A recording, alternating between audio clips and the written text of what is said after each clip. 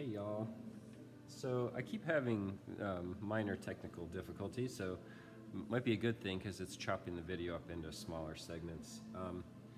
Anyhow, I just sat down, took a little break, and sat down and realized, oh my gosh, how wrong the proportions are. Things need to get smaller up here or larger down here because of how my pose is. So that's where I'm going to start right back in.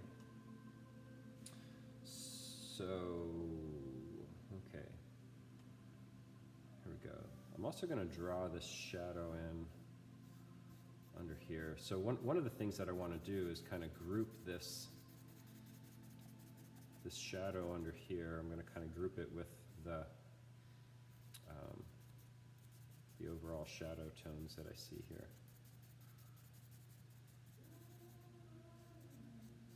I got a little background music too, you can hear that.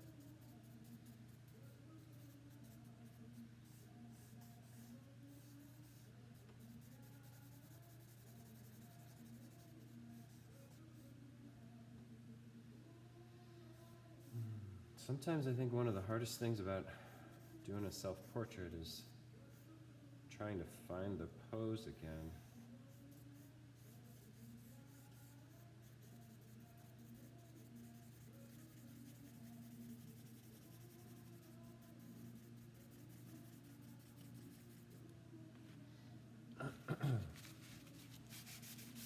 As you all know, anytime you make a line, if you want a value drawing, anytime you make a line, you want to absorb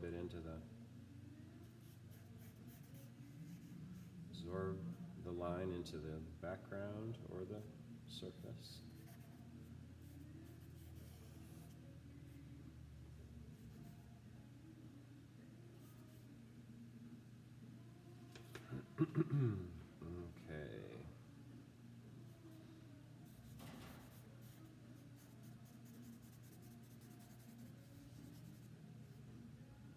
Okay, so one of the things that you all already know about me is how I tend to be a little bit ADD, and I think for making art, for drawing or painting, sometimes that can work in my favor because I don't get stuck somewhere for too long and distracted by things I shouldn't be. So what I'm doing, you know, you'll find I'm kind of working in multiple places almost at the same time. I'm looking for shapes, shadow shapes, and planes.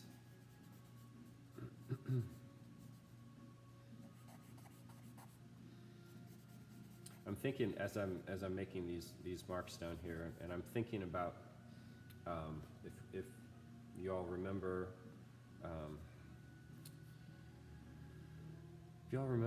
from when Lydia, we were working with value and we were talking about using kind of tick marks and alignments. As I'm working on the self-portrait here, I'm thinking about these kind of crosshair sort of marks. Let's see here. Kind of feel like I need to shrink the top of this a little bit. I think the space is a little bit too big. So let's do this. Gosh, that looks funny. Oh my gosh. Maybe I went a little too far here.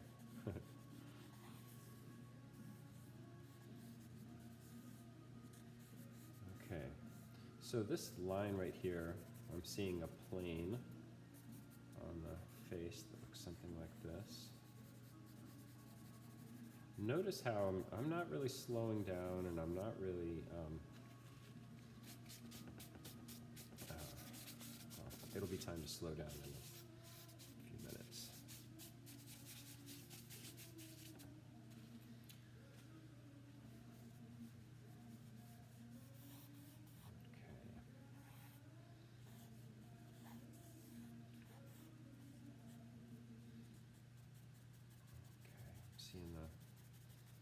shadows cast by the few hairs that exist on top of my head. See a shape here. So sometimes what I'll do is I'll map out these shadow shapes and come back in with this. Create some gradations.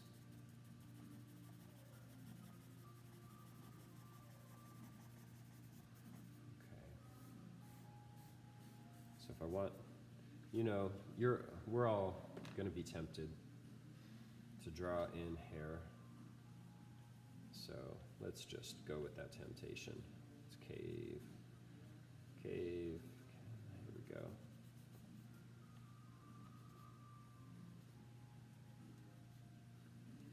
Now, as I get to the background here, I can go dark. So one of the ways to bring out some contrast and also help something pop is to make the background get a little darker right next to it. So I'm going to do some of this.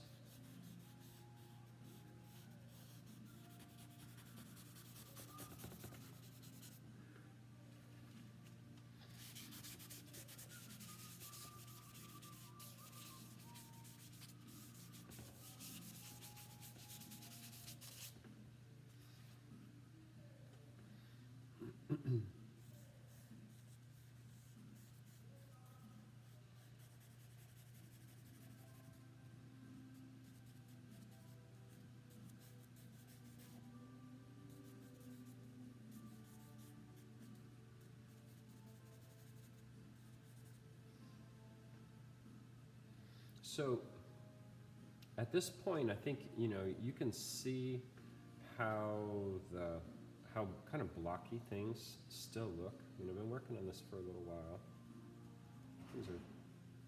Things are quite blocky.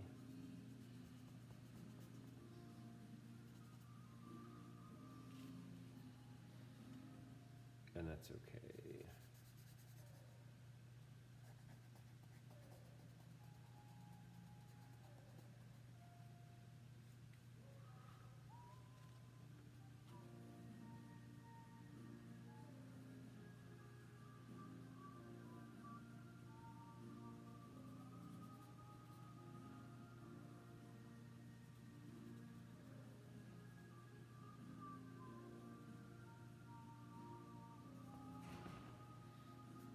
Wow, that was a mistake there. Okay.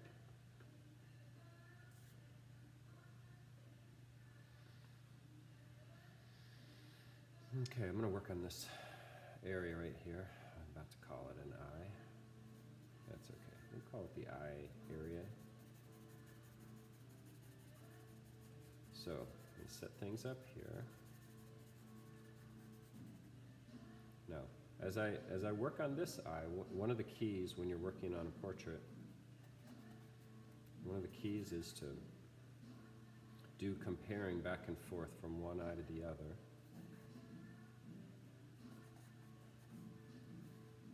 Okay, here.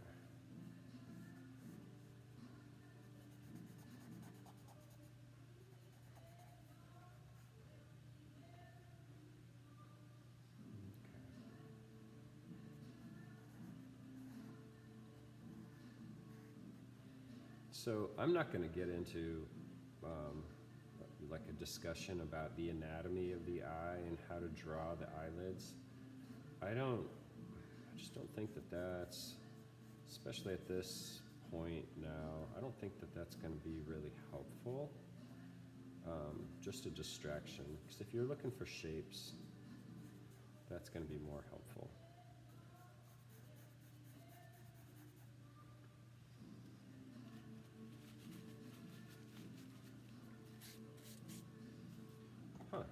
I hadn't even thought about using compressed charcoal. Of course, once I start going with compressed charcoal, then we're not going to be able to move these marks around. We can bring a little compressed charcoal in here.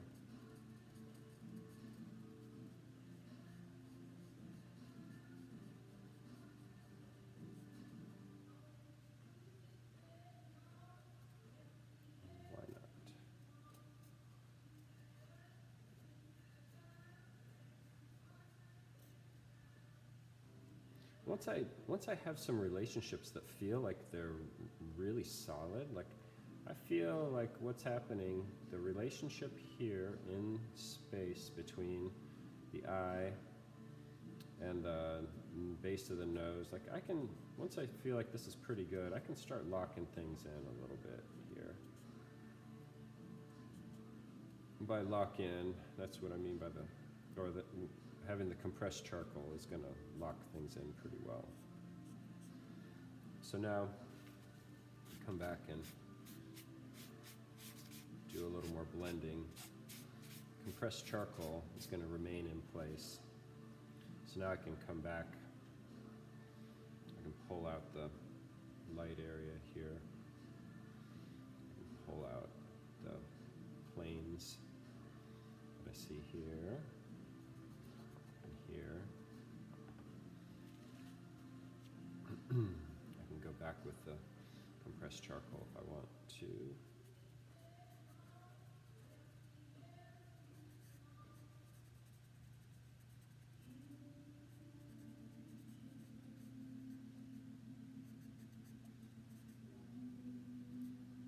Now, I said I don't want to draw eyelashes. At the same time, I do see some shapes here that I can go for.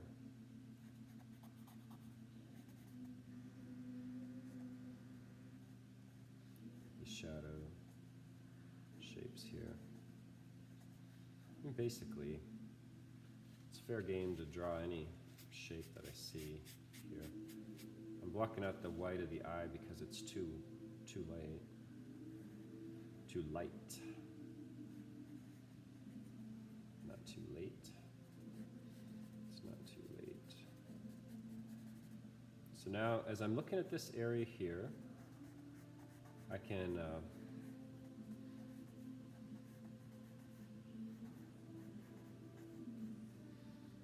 use some hatching techniques up here.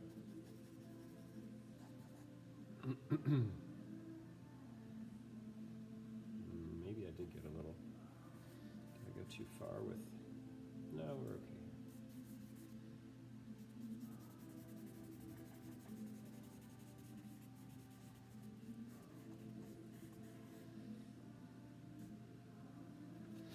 All that gray hair, look at all that gray hair, that's going to be light for sure.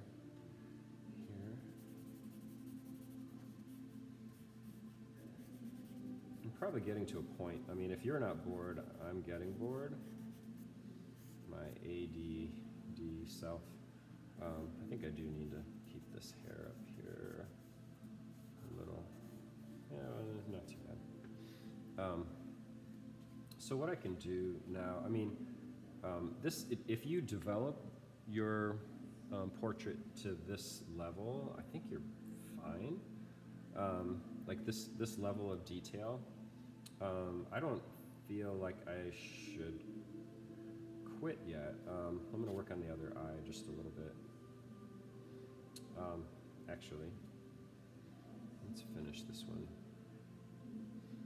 There's a nice plane I can pick up here.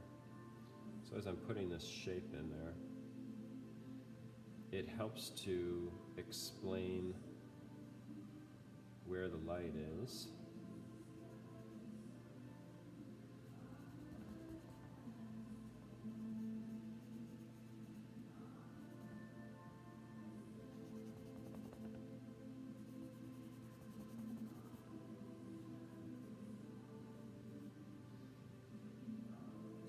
Zooming around again.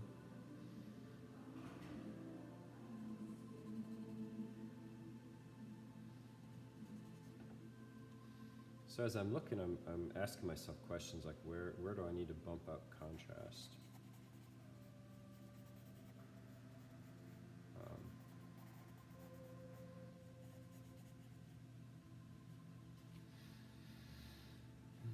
Got this little area of light right in there.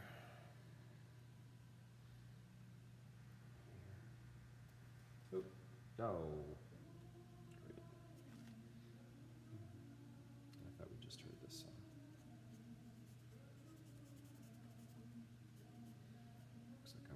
without an eraser. Working without a net.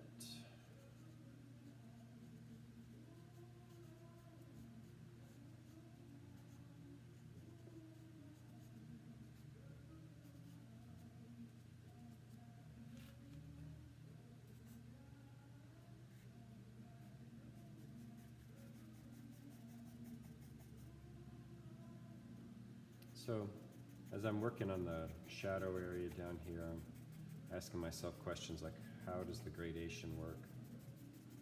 How do I want to build up planes here?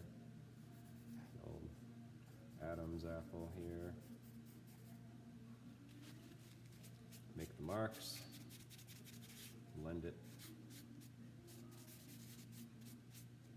Of course, now I really need my eraser back. Give it in a second here.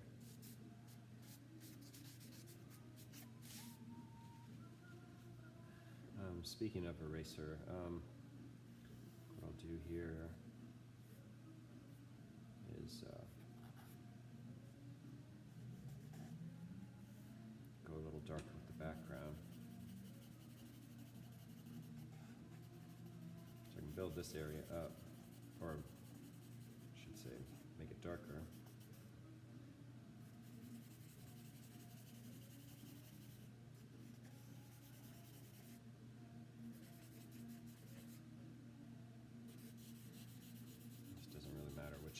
Direction I put these marks in.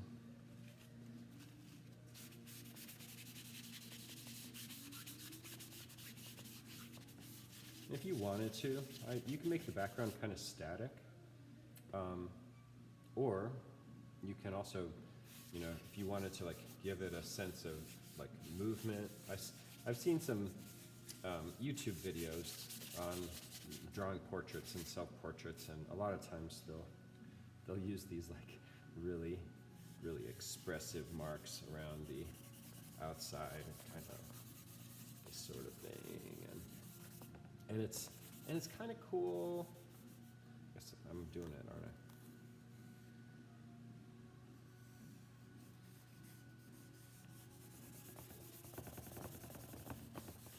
I guess I'm doing it.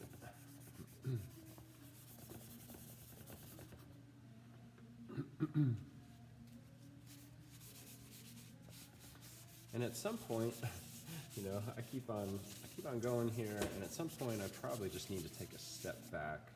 I need to grab my eraser as well.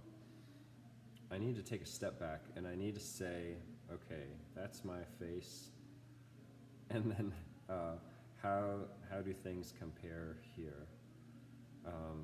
And so, you know, I'll start looking at angle between the eyebrow, my ear. I know I'm not supposed to be naming things. I can look at things like, okay, this area right here needs to be much darker.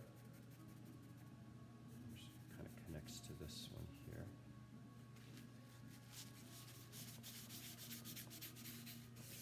Okay, that helped a lot, actually.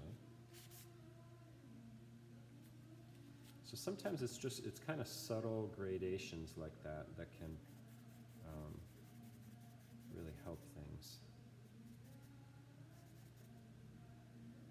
I a little bit lost this line, so I can darken that a little bit. Remember, like any line, it has to be absorbed. I'm going to absorb it that way.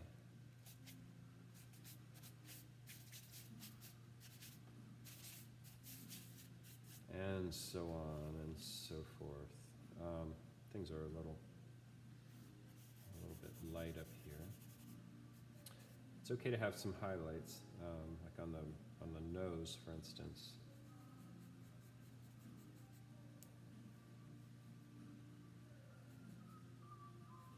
Keep hearing the same song.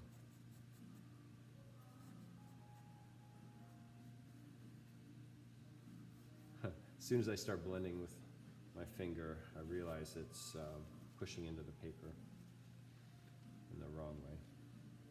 So I think at this point you all are getting bored. Let's see, this has been another 20 minutes. I'm gonna stop here. I think I've got the basic, the basics.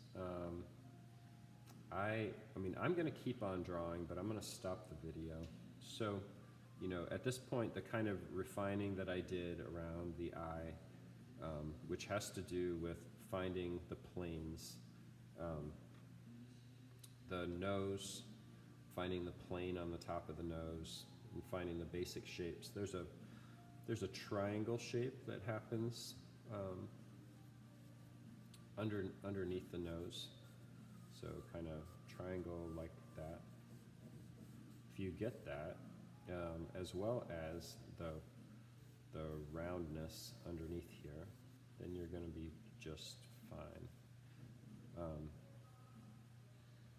Yeah, I'm not going to get into other anatomy things like how the mouth is formed, other than to say, look for, see how I pulled the light out where the light is shining down on my lower lip.